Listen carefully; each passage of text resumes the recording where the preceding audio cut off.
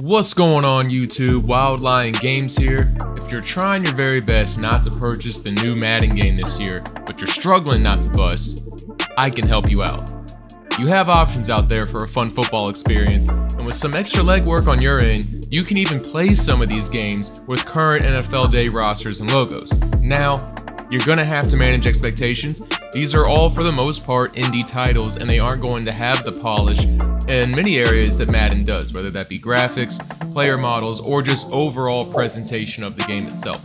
However, these games will provide you with a far more polished experience on the field that doesn't cheat you out of big moments, force you to sit through shitty cutscenes, and gameplay that won't be determined by animations and poor coding. This isn't going to be a review of these games, but more so to point out some of the strengths and weaknesses of these different football titles so that you can decide which game is right for you. Some of these games you may recognize and others you may not. So let's jump into 6 pro football alternatives to Madden 25. Up first is Legend Bowl, a solo indie football title created by the one and only King Havo himself. If the name sounds familiar, it's because he's been making gaming content for more than a decade on this platform and created tons of awesome programs along the way, such as the Backbreaker roster editor for the Xbox 360 and the All-Pro Football 2K8 editor and franchise mode program as well. So in November 2020, he released his own pro-style video game on PC. I reviewed the game when it came out in early access, and at the time there were some missing features in franchise mode and some of the functions didn't work, but the game wasn't done yet and it has been updated since then, and it is a lot of fun to play. Legend Bowl is a 16-bit top-down retro football game with an arcade look and feel, but under the hood, the game boasts a more complex system of features that would resemble something closer to a simulation style of football. And what I mean by that more specifically is that there's just a lot happening under the surface than what appears on the field. Player ratings absolutely matter, and stick skills will improve your performance, and you're not going to feel cheated by animations taking priority of the play outcome. The playbooks in Legend Bowl are massive and loaded with several formations and a generous amount of plays in each formation with a variety of the type of plays in them. A lot of them have motion, including very well-designed run plays from the shotgun. There's also old school formations like wing T, jumbo, and wishbone, and with the addition of quarterback runs and sending multiple guys in motion at once, you can really throw the defense off. To sum it up, Legend Bowl went above and beyond with their in-depth playbook. The game day atmosphere is packed with authenticity, like players running out of the tunnel, an introduction of the starting lineup for both teams, and the chain gang coming out to measure a first down. Players all have their own unique personality and interests. That includes team loyalty, greed, intelligence, work ethic, and leadership. So be careful of the type of quarterback you have on your roster, because the wrong personality type may get in trouble with a sex scandal in the training room. The strengths of Legend Bowl are franchise mode and roster management and player customization. So if you're looking for a game where you can manage a team, upgrade facilities like the locker room, training room, keep fans happy, manage stadium prices, even upgrade your stadium by putting a swimming pool in there, then Legend Bowl should satiate your appetite. However, there are no in-season trades or add drops from the roster, nor can you acquire players via free agency. You'll have randomly generated prompts throughout the year that are trade offers from other teams, or like a randomly generated prompt to re-sign or cut a player, but you can't make trades manually or explore a free agency list, and contract negotiations are pretty bare bones. There doesn't seem to be a salary cap in the game either that I could find, so the only money management you have to do is just winning games so you can purchase upgrades to your facilities and stadiums and then also repair them when they break. It is a really fun game, and I can't believe it took me this long to jump back into it after my early access experience. And the ability to have franchise mode with all-time stat tracking and like all-time leaders with the various positions and following how many Legend Bowls different players have won, that's a really nice feature too. Number 2 on the list is Sunday Rivals, another solo developed indie title with a ton of flair and personality and some of the best lighting and weather effects I have seen in a sports game. If you're looking for a tight arcade experience with reliable gameplay, an active community, and loads of customization, Sunday Rivals is your game. And what stands out to me the most is still the weather effects, from the beautiful sunshine to the low-hanging fog, and my favorite is the light snow and heavy snow options. And The heavy snow is just pillowy, abundant, and I've yet to see a sports title get snow done so well like Sunday Rivals has.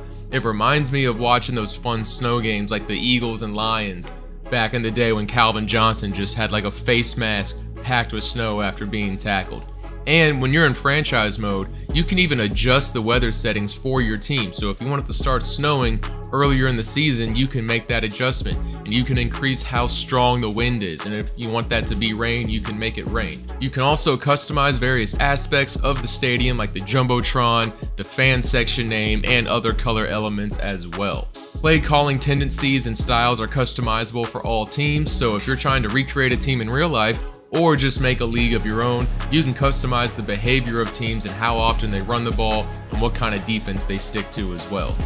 Only having season mode be available for Sunday Rivals is a huge bummer, and it actually really brings down the replay value for me personally. Sometimes the beauty of video games with non-licensed players and teams is getting to build that new universe with those players and watch those legends be born and watch dynasties rise and fall. Unfortunately, you can't do that in Sunday Rivals since you're stuck to a season, and when the Sunday Rivals like Super Bowl does finish, the game just ends. I wouldn't get your hopes up that a franchise or multi-season mode comes to Sunday Rivals anytime soon, because the developer is actually currently working on a basketball game in very early progress, and in his Discord he has talked about other sports titles too, but he has also stated several times that he doesn't plan on ever bringing a franchise mode to Sunday Rivals. But like I said, the gameplay is arcadey, it's a lot of fun, and it has a really fun community that's active daily, so if that's something you want to be a part of, then definitely go check this one out. Both this and Legend Bowl share the same arcade gameplay feel, and if you're looking for something that you're just going to pick up and put down and more like a streamlined arcade approach and building your own worlds, want something that's very visually beautiful, I think I would go with Sunday Rivals. But if you are looking for that indie game that has like a little bit more franchise mode and historic stat tracking and management options and a way more robust playbook, then I think you'd be better off going with Legend Bowl. They both have their pros and cons, but these are the differences between two very high caliber indie football games. Football Simulator is an indie football game with its goofy ragdoll physics, and it has very ambitious goals. It's not realistic at all. The players run funny, they fall funny, they collide funny, and the defense is just borderline existent when it comes to the secondary. It's very easy to complete 80% of your passes. However, I've boasted about customization before in other games, and Football Simulator has even more customization options, just in a different way. So you can do all the basics like customizing your teams and players and changing their stats, their accessories, and all that stuff, but you can actually customize the physics themselves. If you want to change the values of several in-game settings, you can. You go into the menus, you can tweak the game to play it how you want it, with bigger hits. Maybe you want more helmets flying off, maybe you want more fumbles, maybe you want, players being able to drag defenders more. It's all up to you. The most fun part of the game is just watching the outrageous collisions and dragging defenders across the turf as you score a touchdown. The sideline physics are always active, and diving into the Gatorade cooler or knocking over a coach is always a fun time. The game promises a deep franchise mode with a fully interactive facility loaded with a gym, arcades, a kitchen, meeting rooms, and more. Sadly, none of it is interactable yet, but I'm hoping in the future this turns into a fully realized world with a career mode where we can interact with all of these items like lifting weights in the treadmill or playing ping pong, along with other modes like using the practice field. Football Simulator has the building blocks in place for a fun, open-world football game where you can mess around in, but it's not there yet. NFL mods are available too, with accurate teams and rosters, and the game shows a lot of promise for being in early access, but, and it's a big but, it's alarming how long the game has remained in early access without much updates, and the updates they have brought to the game, like custom playbooks, don't always work, and they create new bugs in the process. And so while I want to fully support the game, the lack of improvement over the last 18 months keeps me from giving my full recommendation of the game. So if you just want to support the developers or just try out a really wacky ragdoll physics football game, then go for it. You should definitely check this out, but I would keep your expectations to a minimum beyond that. ESPN 2K5. There is a mod out there for 2K5 that allows you to play with not only the current 2024 NFL rosters, but the new logos and uniforms of the NFL teams have been added as well, such as the Jaguars logo and their white helmets, or the Texans do alternative red helmets. So if you love 2K5, but you want to play with your current players, the 2K25 mod from Rate Sports is the perfect option for you. I just made a video about 8 things 2K5 does that Madden doesn't, and if you don't know much about 2K5, I would go check that video out. If you're trying to figure out how to play the modded version of the game, you have a few options. If you're on the Xbox Series X or S, you can watch tutorials on their website that explain how to mod the game and play it on there. If you're on PC, there is also a tutorial for that as well.